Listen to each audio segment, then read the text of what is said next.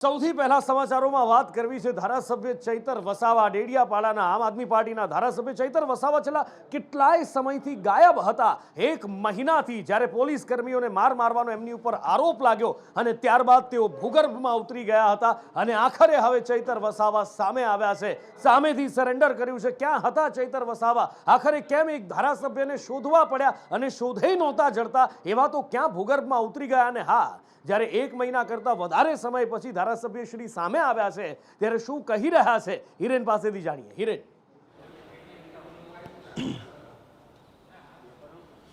તો ભારતીય જનતા પાર્ટી પાસે માથાનો દુખાવા સમાન કોઈ હોય તો આમ આદમી પાર્ટી છે। રાજકીય રીતે તેમને સામે અત્યારે એક કાંટેકી ટક્કર જેવી સ્થિતિ છે અને એટલા માટે જ્યારે ગુજરાતમાં 5 ધારાસભ્યો ચૂંટાઈને આવ્યા ને એમાં ચૈતર વસાવા આદિવાસી પટ્ટામાં પોતાની પાર્ટી અને પોતાનું મજબૂતાઈ તરફ આગળ વધી રહ્યા હતા। લોકસભા ચૂંટણી લડવાની જાહેરાત કરી ત્યાં જ એક વિવાદ ત્યાં ઊભો થયો કે સ્થાનિક વનકર્મીઓને પોતાના નિવાસસ્થાને બોલાવી તેમને ઢોરમાર માર્યો અને ફાયરિંગ કર્યું હોવામાં એ પ્રકારની ફરિયાદ નોંધાઈ હતી। આ ફરિયાદ નોંધાયા બાદ ચૈતર વસાવાના પત્ની અને અન્ય એમના બીજા એક સાગરીતની ધરપકડ કરવામાં આવી હતી। જો કે ચૈતર વસાવા ફરિયાદ થતાં જ ભાગી છૂટ્યા હતા અને તેઓ ધરપકડથી દૂર ભાગતા હતા। ગુજરાત હાઈકોર્ટની અંદર તેમણે આગોતરા જામીન અરજી કરી હતી। જો કે હાઈકોર્ટે પણ તેમને ફટકાર લગાવતા કહ્યું હતું કે તમે વનકર્મીઓને પોતાના નિવાસસ્થાને કેવી રીતે બોલાવી શકો? ધારાસભ્ય છો એનો મતલબ એવું નથી કે પોતાના ઘરે બોલાવી અને એમને ઢોરમાર મારી શકો। અને ત્યારબાદ આજે ચૈતર વસાવા ડેડિયાપાડા પોલીસ સમક્ષ હાજર થયા હતા। ચૈતર વસાવાની સાથે આમ આદમી પાર્ટીના કેટલાક નેતાઓ પણ ત્યાં હતા। ચૈતર વસાવાના પત્નીનું કહેવું છે કે ચૈતર વસાવાને ફસાવવા માટે આ પ્રકારની રણનીતિ અને કાવતરું ભાજપે ઘડ્યું છે। ચૈતર વસાવા લોકસભા ન લડી શકે એટલા માટે આ પ્રકારની રણનીતિ ભાજપ અપનાવી રહ્યું છે। જો કે ચૈતર વસાવા છે એ લોકસભા લડશે અને આમ આદમી પાર્ટીમાંથી લોકસભા લડશે એ પ્રકારની જાહેરાત કરવામાં આવી છે। સરકાર તરફી પણ એમને પૂરતી જામીન ન મળે અને સાથે તેમના પર કાર્યવાહી થાય એ પ્રકારની કલમો પણ લગાવવામાં આવી છે। હાઈકોર્ટે પણ તેમની આગોતરા જામીન અરજી છે તે ખારીજ કરી હતી અને એટલા જ માટે ચૈતર વસાવા પોલીસ સ્ટેશનમાં હાજર થયા છે। ચૈતર વસાવા વતી ગોપાલ ઇટાલિયા છે તે વકીલ તરીકે કેસ લડી રહ્યા છે। મહત્વનું છે કે આમ આદમી પાર્ટી અને ભાજપ બંનેની રાજકીય લડાઈની અંદર આ પ્રકારનો આખો વિવાદ છે તે ઊભો થયો છે। આખરે 1 મહિનો અને 9 દિવસ બાદ આ ગુમ થયેલા ધારાસભ્ય હાઈકોર્ટના આદેશ બાદ ડેડિયાપાડા પોલીસ સ્ટેશનમાં આજે હાજર થયા છે। બિલકુલ, ડેડિયાપાડા પોલીસ સ્ટેશનમાં 1 મહિનો 9 દિવસ પછી ચૈતર વસાવા સામે આવ્યા, સામેથી સરેન્ડર કર્યું છે અને આવ્યા પછી એમણે શું કહ્યું? સામે આવ્યા, પ્રગટ્યા 1 મહિનો 9 દિવસ પછી ચૈતર વસાવાએ શું કહ્યું અને ચૈતર વસાવા સામે આવ્યા પછી રાજકીય આક્ષેપ પ્રતિ આક્ષેપનો દોર કેવો ચાલી રહ્યો છે હવે જુઓ। જે આદિવાસી જય જોહાર, આજે અમે જે અમારા પર ખોટી ફરિયાદ થઈ છે એ બાબતને લઈને આજે અમે પોલીસ સમક્ષ હાજર થવા માટે જઈ રહેલા છે। ત્યારે સૌપ્રથમ 1 મહિના સુધી જે સુખ દુઃખના પ્રસંગોમાં આપ સૌને ત્યાં હું હાજર નથી રહી શક્યો અને આપની સેવાકીય પ્રવૃત્તિ નથી કરી શક્યો એ બદલ આપ સૌની માફી ચાહું છું। 2022ની જે વિધાનસભાની ચૂંટણી હતી એમાં અહીં 4 રાજકીય પક્ષના ઉમેદવારો હતા। તેમ છતાં આટલી નાની વયમાં મધ્યમ પરિવારમાંથી આવનાર યુવાનને જ્યારે 56% જેટલા મત મળ્યા, 1 લાખથી પણ વધારે મત આપીને અહીંની પ્રજાએ મારા પર વિશ્વાસ મૂક્યો, ભરોસો મૂક્યો, ત્યારે ચૂંટાયા પછી જે બીજા ધારાસભ્ય છે જે ઘરે આરામ કરતા હતા એવી રીતે નથી, પણ હું લોકોની વચ્ચે રહ્યો છું। લોકોની જ્યાં પણ તકલીફ હતી ત્યાં ન્યાય આપવાનો મેં પ્રયત્ન કર્યો છે। આમ આદમી પાર્ટીના નેતા અને ડેડિયાપાડાના ધારાસભ્ય ચૈતર વસાવા આજે પોલીસ સમક્ષ સરેન્ડર કરવા માટે પહોંચી ચૂક્યા છે। તેમના વિરુદ્ધમાં 1 મહિનો અને 9 દિવસ પહેલા એક ફરિયાદ નોંધવામાં આવી હતી। ત્યારબાદથી ચૈતર વસાવા ભૂગર્ભમાં હતા, પરંતુ આજે અચાનક તેઓ પહોંચ્યા છે। ત્યારે આપણી સાથે ઈસુદાન ગઢવી છે કે જેઓ આમ આદમી પાર્ટીના પ્રદેશ પ્રમુખ પણ છે, તેમની સાથે વાત કરીશું। યુસીસી લાવી અને ભાજપ છે આદિવાસીની જે પ્રથા છે ખતમ કરવા માંગતી હતી, એના વિરુદ્ધ ચૈતરભાઈ વસાવાએ આખું કેમ્પેન ચલાવેલું સમગ્ર સમાજમાં। નકલી કચેરીઓ મામલે કેમ્પેન ચલાવેલું, આદિવાસી સમાજનો ભાજપ જે અત્યાચાર કરતું હતું, ગ્રાન્ટ નહોતી ફાળવતી, આ બધાને લઈને ચૈતરભાઈ જ્યારે ખૂબ એગ્રેસિવ થયા ત્યારે ભાજપે પહેલાં તો સામ દામ દંડભેદ અપનાવ્યું, ચૈતરભાઈને ડરાવવાની ધમકાવવાની કોશિશ કરી, લોભ લાલચની કોશિશ કરી, પરંતુ ચૈતરભાઈ આખરે ન ડર્યા એટલે ખોટો કેસ કરીને ચૈતરભાઈને ફસાવવાનું ભાજપે ષડયંત્ર રચ્યું અને એમાં ચૈતરભાઈના પત્ની આજે લગભગ ઓલમોસ્ટ 1.5 મહિનો થવા જાય છે જેલમાં છે। અને આગળ વાત કરવી છે ખેડૂતોની વ્યથાની. ખેડૂતોને અત્યારે પ્રશ્ન એ છે તે જાય કે જાય ક્યાં, કરે તો કરે શું? કારણ કે એક તરફ મોસમ વેરી બનીને બેઠો છે, માવઠા પર માવઠા આવી રહ્યા છે, ખેડૂતોના પાક બરબાદ થઈ રહ્યા છે, અને જે પાક તૈયાર છે જ્યારે માર્કેટમાં વેચવા જાય છે તો ક્યાંક ભાવ નથી મળતા, અને જ્યારે ડુંગળીની વાત આવે તો ડુંગળી ફરી એકવાર ખેડૂતોને રડાવી રહી છે. માર્કેટમાં ભાવ ઉચકાયા, ખેડૂતોને આશા બંધાઈ કે કદાચ આ વખતે બે પાંદડે થઈ જવાશે, પણ નિકાસ બંધ થઈ ગઈ, અને હવે ખેડૂતો આશ લગાવીને બેઠા છે કે નિકાસ શરૂ થાય, અને સરકાર પણ કહી રહી છે હોપફુલી. ધવલ પાસેથી જાણીએ. જીનુપુર સૌથી મહત્વની વાત એ છે કે ડુંગળીના ભાવ જ્યારે ઉચકાયા છે અને ખેડૂતોને કમાવાનો વારો આવ્યો છે, ત્યારે કેન્દ્ર સરકારે નિકાસબંધી કરતાં જ ખેડૂતોને રાતા પાણીએ રોવાનો વારો આવ્યો છે. ખાસ કરીને સૌરાષ્ટ્રના ખેડૂતોમાં સૌથી વધારે તકલીફ ઊભો થઈ છે. આજના દિવસે ગોંડલ છે, ભાવનગર છે સહિતના જિલ્લાઓમાં વિરોધ પ્રદર્શન પણ કરવામાં આવ્યું હતું, ખેડૂતો દ્વારા ચક્કાજામ પણ કરવામાં આવ્યું હતું, અને ફરી એક વખત માંગ ઉઠાવવામાં આવી છે કે નિકાસબંધી હટાવવામાં આવે, નિકાસની છૂટ આપવામાં આવે. સાંસદો દિલ્હી જઈને પણ ફરિયાદ કરી રહ્યા છે, ત્યાં માંગ કરી રહ્યા છે કે નિકાસબંધી હટાવો, જેથી કરીને ખેડૂતોને ભાવ મળે. મહત્વની વાત છે કે ખેડૂતો સાથે જ્યારે સંદેશ ન્યૂઝે વાતચીત કરી ત્યારે એમને એવું પણ કીધું હતું કે જે ડુંગળીના ભાવ 800 રૂપિયા મણ હતા એ 150 રૂપિયા મણ થઈ ગયા છે માત્ર ને માત્ર નિકાસબંધીના કારણે. જોકે આ બધા જ વચ્ચે રાજ્ય સરકારના પ્રવક્તાએ પણ ખૂબ મહત્વપૂર્ણ નિવેદન આપ્યું છે, જે સાંભળવા લાયક છે. ઋષિકેશ પટેલે એવું કહ્યું છે કે જો સરકાર ખેડૂતો અમારી પાસે આવશે અને ખેડૂતો રજૂઆત કરશે તો અમે ખેડૂતોની વહારે જશું.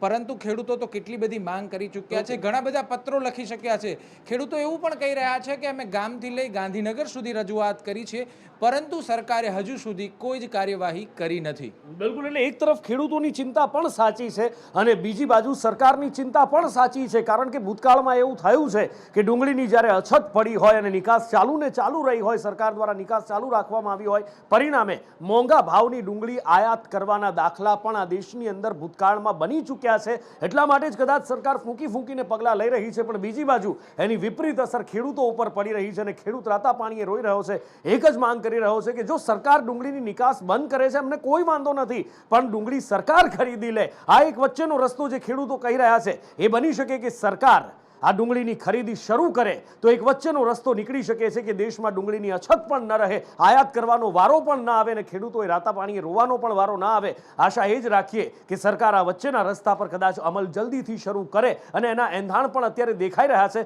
જોઈએ કે હવે શું થાય છે. આગળ વાત કરવી છે ગાયોના થતા મોત. ઢોરવાડાની અંદર અમદાવાદ મ્યુનિસિપલ કોર્પોરેશને ગાયોને રાખી ટપોટપ ગાયોના મૃત્યુ થવા માંડ્યા છે. હાઈકોર્ટ સુધી એના પડઘા પડ્યા હતા. હાઈકોર્ટે પણ ઝાટકણી કાઢી હતી કોર્પોરેશનના તંત્રની, અને ત્યારબાદ માલધારીઓની અંદર પણ ઘણા લાંબા સમયથી રોષ પ્રવર્તી રહ્યો છે. સંદેશ ન્યૂઝે જે અવાવરૂ જગ્યાએ ગાયોના મૃતદેહ ડમ્પ કરવામાં આવ્યા હતા એ વિડીયો જાહેર કર્યો. એ વિડીયોનો જ્યારે અહેવાલ પ્રસારિત કર્યો હતો ત્યારબાદ માલધારીઓમાં રોષ ભભૂકી ઉઠ્યો હતો, અને આ રોષ ધીમે ધીમે પ્રબળ બની રહ્યો છે, વધી રહ્યો છે. નિકુલ પાસેથી જાણીએ. નિકુલ. જે બિલકુલ તે નુપુર જે રીતે ઢોરવાડાની અંદર ગાયોના જે છે તે એક બાદ એક મોત થઈ રહ્યા છે. રોજ 25 થી 30 જેટલી ગાયો છે કે મોતને ભેટી રહી છે, અને ત્યારબાદ તેને લઈને જે છે તે સંદેશ ન્યૂઝે જે અહેવાલ છે તે પ્રસારિત કર્યો હતો. ત્યારબાદ માલધારી સમાજ પણ જે છે તે રોષે ભરાયેલો જોવા મળી રહ્યો છે. આજે પણ માલધારી સમાજના જે મોટી સંખ્યામાં લોકો છે તે અમદાવાદ મ્યુનિસિપાલિટી કોર્પોરેશનની દાણાપીઠ કાંઠેની જે ઓફિસ છે ત્યાં આગળ પહોંચ્યા હતા અને ભારે સૂત્રોચ્ચાર છે તે કરી અને વિરોધ નોંધાવ્યો હતો. મહત્વની બાબત છે કે માલધારીઓ જે છે તે મોટી સંખ્યામાં અહીંયા પહોંચ્યા હતા, જ્યાં તેમને રામધૂન બોલાવી હતી, ગૌ હત્યા બંધ કરોના જે બેનર છે તે તેમને લગાવ્યા હતા. સાથે જ જે જવાબદાર અધિકારીઓ છે તેમની સામે ગૌ હત્યાની એફઆઈઆર નોંધવામાં આવે તેવી પણ માંગ છે તે માલધારી સમાજે કરી છે. મોટી સંખ્યામાં માલધારીઓ અહીંયા બેઠા હતા અને તેમને ચીમકી પણ ઉચ્ચારી છે કે જો આગામી સમયની અંદર યોગ્ય પગલાં નહીં લેવામાં આવે અને ગાયોના મોત બંધ નહીં થાય તો તેઓ ગાંધી ચિંધ્યા માર્ગે વધુ ઉગ્ર આંદોલન કરશે. જી. અને આગળ વાત કરવી છે નકલીના ખેલ અને નકલીનો ખેલ ખેલનાર એ ખેલાડીઓની. કારણ કે જીરું પકડાયું હતું ઊંઝા, જે વૈશ્વિક માર્કેટ જીરુંનું કહેવામાં આવે છે. નકલી જીરું પકડાયું અને નકલી જીરું બનાવનાર પણ ઝડપાયો, અને જ્યારે તેની કુંડળી કાઢવામાં આવી તો સામે આવ્યું કે આ તો જૂનો પાપી છે, પહેલા પણ આ ખેલ ખેલતો આવ્યો છે. આયુષી પાસેથી જાણીએ. બિલકુલ નુપુર, જે રીતે નકલીનો કારસ્તાનો દિવસે ને દિવસે સતત વધી રહ્યા છે, ત્યારે એ નકલી જીરુંનું આખું કૌભાંડ બહાર આવ્યું છે. અને આખી આજે નકલીના ખેલ કરતાં મહત્વ બાબત એ છે કે આ આરોપી પહેલાં પણ પકડાઈ ચૂક્યો છે. વર્ષ 2020ની અંદર આ જ આરોપી સામે ફરિયાદ પણ કરવામાં આવી. જો કે તંત્ર ઘોર નિંદરમાં હતું કે તેણે કોઈ પણ કાર્યવાહી ન કરી. આખરે એક દિવસ પહેલાં જ્યારે ફૂડ વિભાગ દ્વારા કાર્યવાહી કરવામાં આવી, નકલી જીરું જ્યાં બનતું હતું ત્યાં અન્ય કેટલીક વસ્તુઓ છે, હલકી ગુણવત્તાનો ગોળ છે, વરિયાળી છે, તે પકડવામાં આવી.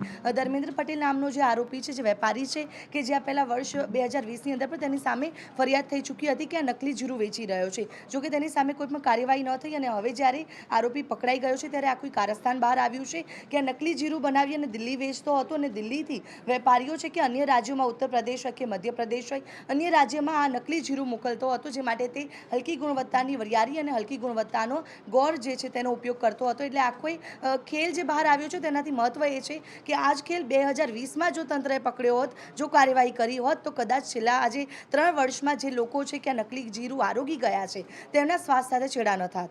અને આગળ વાત કરવી છે પોલીસ ભરતીની, જેમાં હાઈકોર્ટે વેધક સવાલો પૂછ્યા છે અને હાઈકોર્ટે ઝાટકણી પણ કાઢી છે. દિવ્યા પાસેથી જાણીએ. દિવ્યા,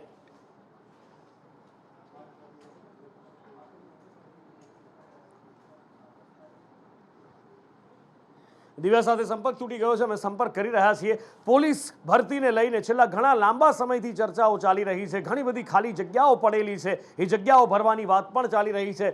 મામલો કોર્ટની અંદર પહોંચ્યો, હાઈકોર્ટની અંદર મામલો પહોંચ્યો અને વિગતવાર રિપોર્ટ રજૂ કરવા માટે કહેવામાં આવ્યું છે.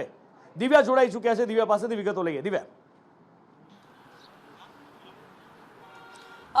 ગુજરાત હાઈકોર્ટમાં પોલીસ કર્મીને લઈને મહત્વના સમાચાર સામે આવ્યા કે વર્ષ 2023માં અત્યાર સુધીમાં કેટલા પોલીસ કર્મીઓની ભરતી કરવામાં આવી છે, કેટલા પોલીસ કર્મીઓને હજી સુધી ભરતી બાકી છે અને સાથે જે તોડકાંડ કરતાને લઈને જે વિવાદ સામે આવ્યો હતો ત્યારે પોલીસ કર્મીઓ સામે કેવા પ્રકારના એક્શન લેવામાં આવ્યા છે, અત્યાર સુધીમાં પોલીસની સ્થિતિ શું છે.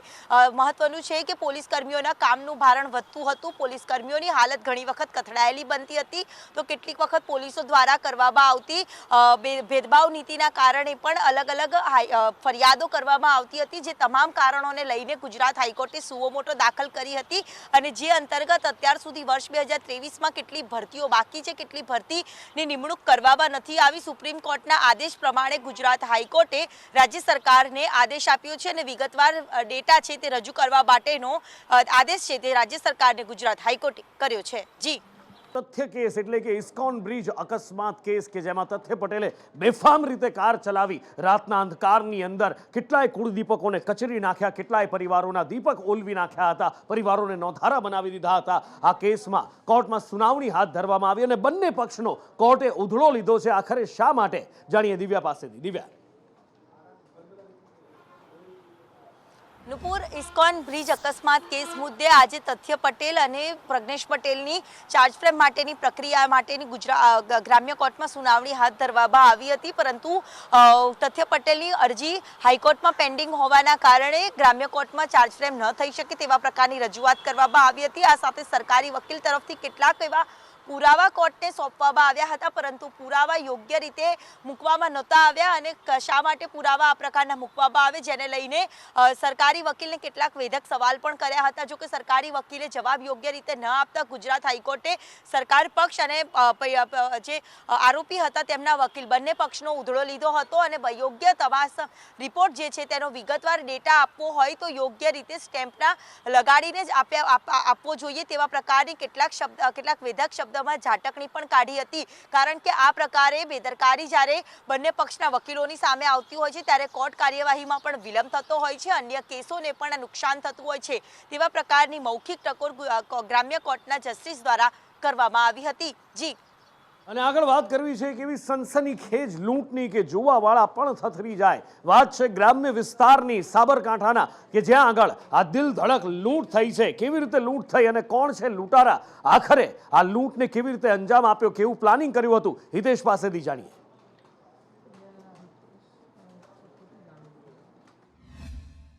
સાબરકાંઠામાં ઈડર વિસ્તારમાં 2 બુકાની દારીઓ સાથે 3 લાખની માતબર રકમની લૂંટ કરવામાં આવી હતી. જે ઈડર પોલીસ સ્ટેશનના નજીક જે આવેલું સત્યમ ચોકડી પાસે જે આંગળીયા પેઢીમાંથી ટ્રેક્ટરમાં નોકરી કરતો, લે વેચનું કામ કરતો, ત્યાંથી 3 લાખ રૂપિયા લઈને 2 બુકાની દારીઓ પીછો કરતા અને તેને બાઇક સવાર હતા અને બાઇક ઉપર પાડી દઈને 3 લાખ પ્લાસ્ટિકની થેલીમાં મૂકેલી હતી તેને પાડી દઈ અને હાલમાં આ સમગ્ર ઘટના બાબતે લઈને ઈડર પોલીસ તપાસ કરી રહી છે.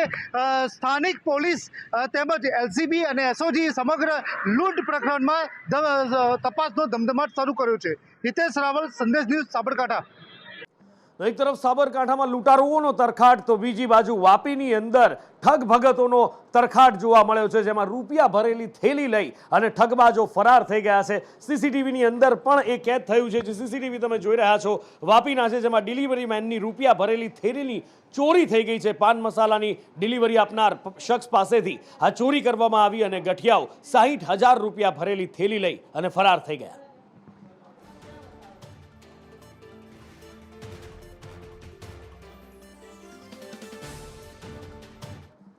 અને આગળ આપને બતાવવો છે એક વિડીયો, એવો વિડીયો જે જોઈને કદાચ તમને પહેલી નજરે એવું લાગે કે આ કોઈ ફિલ્મ અથવા તો કોઈ વેબ સિરીઝનું શૂટિંગ ચાલી રહ્યું છે. જી હા, સૌથી પહેલા એ વિડીયો જુઓ. એ વિડીયો તમે જોશો તો તમને પહેલી નજરે એવું જ લાગશે કે કોઈ ફિલ્મનું શૂટિંગ થઈ રહ્યું છે, કારણ કે આની પહેલા પણ આપણે ફિલ્મની અંદર આવા દ્રશ્યો જોઈ ચૂક્યા છીએ કે જેમાં રસ્તા વચ્ચે આવી રીતે કોઈ સ્કેટિંગ કરતું હોય અને ત્યારબાદ પાછળથી શૂટિંગ થતું હોય અથવા આગળથી અલગ અલગ એંગલથી શૂટિંગ થતું હોય. એક બ્રિજ ઉપરનો આ વિડીયો છે, કોઈએ કેમેરામાં કેદ કરેલો છે. આપને જણાવી દઈએ કે ના કોઈ ફિલ્મનું શૂટિંગ થઈ રહ્યું છે, ના કોઈ વેબ સિરીઝનું શૂટિંગ થઈ રહ્યું છે. તો પછી શું થઈ રહ્યું છે જાણીએ કિન્નરી પાસેથી.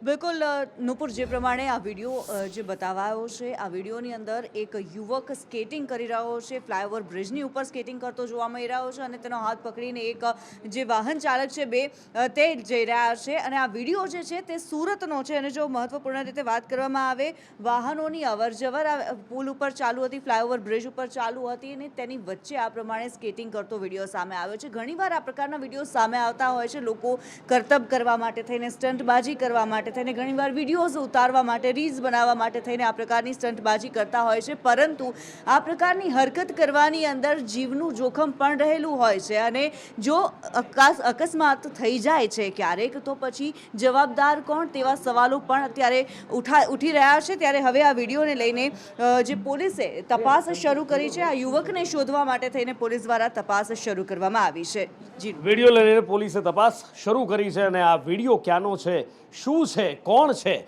એની પણ તપાસ શરૂ કરવામાં આવી છે. હવે ઘણી બધી વાર એવું બનતું હોય છે કે આ રીતે લોકો રીલ બનાવવા માટે આ જ રીતના વિડીયો ઉતારતા હોય છે. પોતાના જીવ ઉપર તો જોખમ ઊભું થાય છે, ન કરે નારાયણ. અને જો આ વ્યક્તિનો હાથ છૂટી જાય છે અથવા તો એનું બેલેન્સ બગડી જાય છે, પાછળથી ટુ વ્હીલર્સ આવી રહ્યા છે, તો એ પાછળના લોકોનો પણ જીવ જોખમમાં મુકાઈ શકે છે. એ વ્યક્તિનો પોતાનો પણ જીવ જોખમમાં મુકાઈ શકે છે. અને આ જ રીતના રીલના ચક્કરમાં કે પછી સેલ્ફીના ચક્કરમાં અત્યાર સુધીમાં ઘણા બધા લોકોના મૃત્યુ થઈ ચૂક્યા છે. જ્યારે રસ્તા ઉપર સીસીટીવી કેમેરા લગાવવામાં આવે છે, સવાલ એ થવો સ્વાભાવિક છે કે આખરે કેમ આના ઉપર કોઈ કાર્યવાહી નથી થતી. સીસીટીવી કેમેરાની અંદર જોઈને પણ જો ટ્રાફિક વિભાગ મેમો આપી શકતું હોય તો આવા કરતબબાજોને અથવા તો આવા રીલબાજો જે લોકોના જીવ જોખમમાં મૂકે છે, એમની સામે કેમ કોઈ કાર્યવાહી કરવામાં નથી આવતી, સવાલ થવો સ્વાભાવિક છે. આગળ વાત કરવી છે સંસદમાં હુમલાની. 22મી વર્ષીય ફરી એકવાર સંસદમાં હુમલાનો પ્રયાસ કરવામાં આવ્યો, અરાજકતા ફેલાવવામાં આવી, 4 લોકો સંસદની અંદર ઘૂસી જાય છે અને અફરાતફરી મચાવી દે છે. આખરે શું, કોણ છે એ લોકો,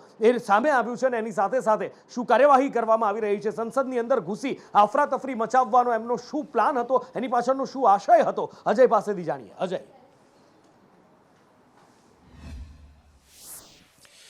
देखिए, निश्चित तौर पे संसद पे जो एक तरह से अराजकता फैलाई गई थी, उसमें 6 लोग की पहचान की गई है, जिसमें 5 लोगों को गिरफ्तार किया जा चुका है और खास करके एक विक्की शर्मा नाम का शख्स है, जो कि सागर शर्मा, जो कि संसद भवन के भीतर एक तरह से कूदा था और तमाम सारी अराजकता फैलाई थी, जो कलर स्प्रे था उसका इस्तेमाल किया था, उसका रिश्तेदार बताया जाता है। जबकि सागर शर्मा खुद उत्तर प्रदेश का रहने वाला है, विक्की शर्मा गुड़गांव में रहता है और इसी के घर पे ये 5 सदस्य जो है मीटिंग के लिए आए थे। और इसके अलावा अगर बात करें तो मनोरंजन डी जो है वो खुद कर्नाटक का रहने वाला है, इंजीनियरिंग कर चुका है, बेरोजगार है फिलहाल। और जबकि सागर शर्मा खुद बेंगलोर में रह के ई रिक्शा चलाता है। इसी तरह से नीलम, जो कि संसद भवन के बाहर प्रदर्शन कर रही थी और इसी तरह का जो कलर स्प्रे था उसका इस्तेमाल किया था, तमाम सारे नारेबाजी की थी, वो एक तरह से बीएड है, एमएड है और नेट क्वालिफाइड है, लेकिन फिलहाल बेरोजगार है। और इसके अलावा अगर बात करें तो एक जो चौथा शख्स है शिंदे, वो महाराष्ट्र का रहने वाला है।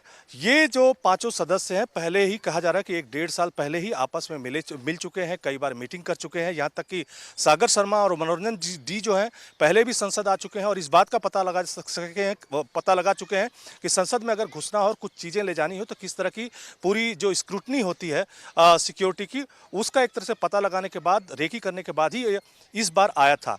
तो इन सभी को अभी फिलहाल पटियाला हाउस कोर्ट में 5 सदस्यों को जो है पेश किया गया है। 15 दिन की जो है कस्टडी एक तरह से मांगी जा रही है और ये बताया जा रहा है कि ललित झा जो कि इसका पूरे मामले का मास्टरमाइंड बताया जा रहा है, उसी ने सारे लोगों का जो मोबाइल था वीडियो रिकॉर्ड करने के बाद लेके फरार है। उस मोबाइल को रिकवर करना है, उसके जरिए तमाम सारी चीज़ें ट्रेस करनी है। लेकिन साथ ही साथ कई सारे लोगों के घरों में राजगुरु भगत सिंह और सुखदेव की कई सारी किताबें पाई गई है। इनके सोशल मीडिया पे जाने पे ये पता चलता है कहीं ना कहीं ये माओवादी विचारधारा से इन्फ्लुएंस थे। जी। અને આગળ વાત કરવી છે રાજકોટમાં એક મોટી દુર્ઘટના થતા રહી ગઈ। જી હા, આમ જુઓ તો ભૂતકાળમાં થયેલી દુર્ઘટનાનું પુનરાવર્તન થવા જઈ રહ્યું હતું। રાજકોટમાં વોંકળા પર ગેરકાયદેસર રીતે બાંધકામ બેફામ રીતે કરી દેવામાં આવ્યું છે અને વોંકળા પર બંધાયેલી આ દુકાનનો નીચેનો ફ્લોરિંગનો ભાગ તૂટી પડ્યો હતો। રોટરી બજારની અંદર આવું બન્યું છે। વોંકળા પર જ્યારે ગેરકાયદેસર રીતે બાંધકામ થાય છે કેટલું ભયાનક હોય છે। ભૂતકાળમાં રાજકોટમાં જ આપણે જોઈ ચૂક્યા છીએ કે જ્યારે એક મકાન બેસી ચૂક્યું હતું, એના પછી જૂનાગઢમાં જ્યારે પૂર આવ્યું હતું અને વોંકળા ઉપર જે મકાન દુકાન બાંધી દેવામાં આવ્યા હતા તેને જે નુકસાન થયું હતું એ પણ આપણે જોયું। પણ તેમ છતાં પણ તંત્રની મીઠી નજર હેઠળ આવી રીતના ગેરકાયદેસર બાંધકામો થતા રહે છે, લોકોના જીવ જોખમમાં મુકાતા રહે છે। આગળ વાત કરવી છે હવામાનની। અત્યારે ઠંડી સરસ મજાની શરૂ થઈ ચૂકી છે। આમ તો ગુલાબી ઠંડીમાંથી હવે ઠંડી ધીમે ધીમે લાલચોળ થઈ રહી છે। પણ વસ્તુ એ છે કે સવાલ થવો સ્વાભાવિક છે। લગ્નસરાની પણ મોસમ ચાલી રહી છે તો ક્યાંક માવઠાની તો અસર જોવા નથી મળી રહી, ક્યાંક માવઠું તો નથી થવા જઈ રહ્યું, એની ચિંતા બધાને સતાવતી હોય છે। અને હવામાન વિભાગે રાહતની આગાહી કરી છે કે 5 દિવસ તો વરસાદની કોઈ શક્યતા છે નહીં। अगले 5-7 दिन में बारिश होने का संभावना नहीं है पूरे गुजरात स्टेट में। और टेम्परेचर देखा जाए तो टेम्परेचर अगले 2-3 दिन में टेम्परेचर 2 से 3 डिग्री बढ़ सकता है। सबसे लोएस्ट टेम्परेचर रिकॉर्ड किया गया है 10.5 यानी 11 डिग्री सेल्सियस नलिया में, और अहमदाबाद में 16.5 यानी 17 डिग्री सेल्सियस रिकॉर्ड हुआ है, और गांधीनगर में 15 डिग्री सेल्सियस रिकॉर्ड हुआ है।